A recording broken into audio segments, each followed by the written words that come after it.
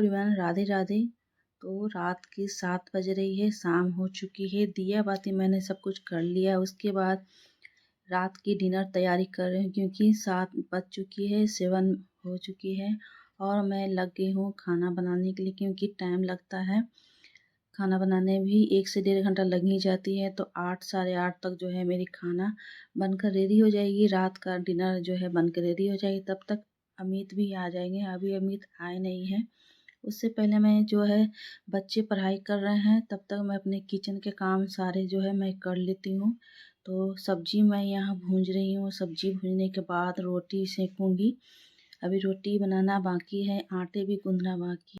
सब्जी भूनने के बाद पानी डालने के बाद मैं आटा जो है गूंद के रख लूँगी क्योंकि हाथ से मैं आटे गूंदना पसंद करती हूँ। तो कहीं कहीं देखती हूँ कि मशीन भी चल गया है, बाकी मशीन का उतना फ्रेश आटा नहीं गूंदाता है जितना हाथ से, जितना अच्छे से आटे को गूंद सकते हैं उतने मशीन से नहीं गूंद पाते हैं क्योंकि उसमें अच्छे से हाथ की जितनी सफाई से आटे गूंदती है उतना मशीन से नहीं काम करती है।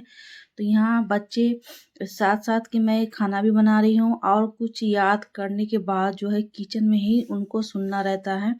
तो किचन में काफ़ी टाइम लग जाता है दोस्तों। तो साथ साथ जो है छोटे वाले जो है याद करने के बाद जो है किचन में ही आ जाता है सुनाने के लिए। तो मैं उसी के बारे में बोल रही हूँ, वो सुना रहा है।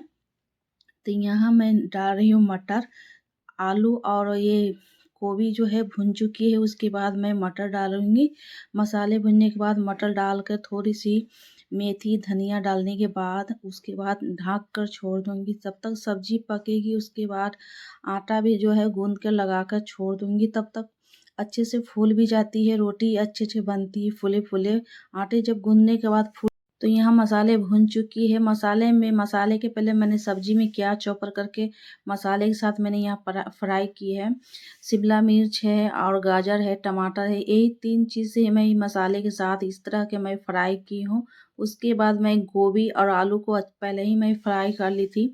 फ्राई करने के बाद सिर्फ इसमें हल्का सा फ्राई करेंगे। उसके बाद मटर डालेंगे। मटर डालने के बाद हल्का सा पानी डालेंगे क्योंकि ऑलरेडी जो है गोभी आलू जो है पका हुआ है, पहले ही उनको मैंने भून चुकी थी। अब भूनने से क्या होता है, आधा पक जाता है। बस यहाँ सूखा ही सब्जी बनाएंगे। हल्का सा इसमें वाटर डालेंगे, ज़्यादा वाटर डालेंगे नहीं। आधे गिलास में जो है मेरी सब्जी पक कर तैयार हो जाएगी। तो सूखा सब्जी काफ़ी अमीर जो है पसंद करते हैं और ये झोर वाले जो है सब्जी कम ही खाते हैं। जितना सूखा सब्जी उनको मिल जाए तो उतना ही उनको खाने में अच्छा रहता है। तो यहाँ सब कुछ भुनने के बाद लास्ट में मैं सौंठ डालूंगी, नमक।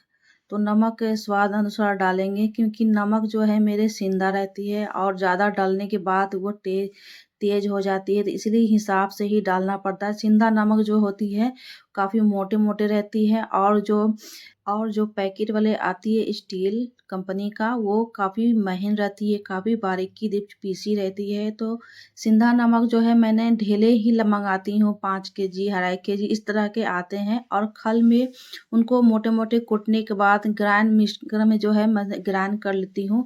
ज़्यादा बारीकी नहीं करती हूँ, बस हल्का सा डालने पर सब्जी में और खाने में डालने पर हल्का सा उनको पीसती हूँ। तो इस तरह से जो है सिंधा नमक मैं घर पर एक बार 1 केजी 2 केजी इस तरह से मंगा के रखती हूँ, काफ़ी दिन चलता है। उसमें हिसाब से ही डालना पड़ता है क्योंकि मोटे मोटे रहते हैं। थोड़ा सा ज़्यादा पड़ गया तो तेज हो जाता है सब्जी, और कुछ भी बनाए तो ज़्यादा तेज हो जाता है तो खाने में भी नहीं बनता है। तो अब जो है मुझे डालते डालते जो आदत पड़ गया है, सिंधा नमक का खाना बनाते नमक डालते आदत पड़ गया है। तो पहली बार अगर आप ट्राई करते हैं तो हिसाब से ही डालें क्योंकि वो मोटी मोटी बारीकी रहती है। तो 2 चम्मच डालने की जगह पर आप 1.5 चम्मच डालेंगे तो वो आपको सब्जी में तेज नहीं दिखेगी। तो यहाँ सब्जी भूनने के बाद, पकने के बाद मैं सुबह के लिए नाश्ता बनाने के लिए हरी मूंग की दाल जो है डोसा बनाने वाली हूँ। तो सुबह में डाली थी भिगो कर छोड़ दी थी, तो अच्छे से ये फूल चुका है। अब इसको ग्राइंड करके रख दूंगी। सुबह में जल्दी जल्दी रहता है, काम बहुत फास्ट निकलता है, सुबह का टाइम पता भी नहीं चलता है। तो इसी समय जो है मैं सारी तैयारी करके रख दूंगी। सिर्फ सुबह जो है बच्चे लोग का नाश्ता बनाऊंगी और इसी समय मैं पीस कर जो है रख लेती हूँ। तो इसमें मैं डाली हूँ 2 मिर्ची, धनिया पत्ता, लहसुन यहाँ नहीं डाले हैं। आप इसके जगह पर आप अदरक डाल सकते हैं, उससे भी टेस्ट अच्छा आता है। तो यहाँ मैंने पीस कर रख दी है। उसके बाद सब्जी जो है पक गई है। अब हम चलते हैं। तो अमित आ चुके हैं और बोल रहे हैं कि सब्जी इतना टेस्टी बना है, तो इसके जगह पर आप पराठा बनाओ।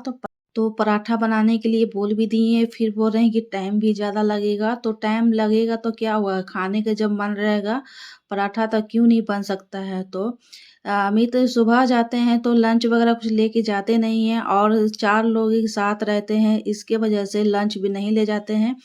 और सब जो नहीं लाते हैं तो बोलते हैं कि हम अकेले ही खाएँगे, वो सब नहीं लाता है। इसके वजह से सुबह का ही वो खाए रहते हैं, बाहर का खाते कुछ नहीं है। बार-बार बोलते हैं कि बाहर में हल्का-फुल्का कुछ नाश्ता कर लिया करो।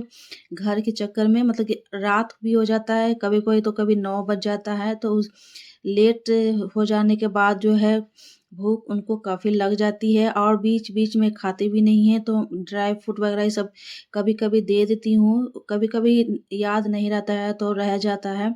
तो ड्राई फ्रूट काफ़ी ढेर सारा रहता है, क्योंकि गोपाल जी को भोग लगता है तो 2-3 बार लगता है, तो उनके भोग लगाए हुआ ड्राई फ्रूट काफ़ी जो है पड़ी रहती है।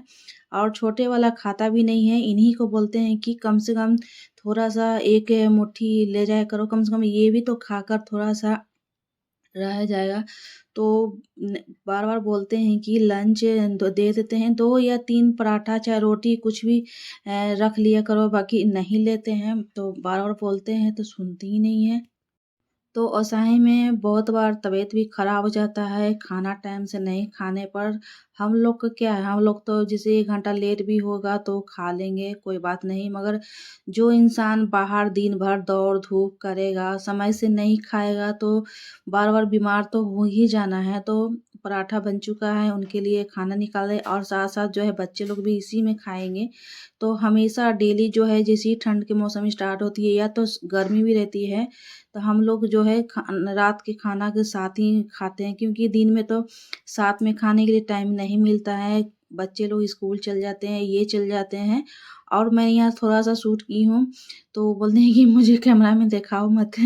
तो बोले कि कोई बात नहीं, ठीक है देखने दो। उसके बाद मैं यहाँ उनको खाना देने के बाद उन्हें खाना देने के बाद मैं आ गई फिर से किचन में, क्योंकि सुबह की भी तैयारी करनी रहती है और लेट भी काफ़ी हो गया है।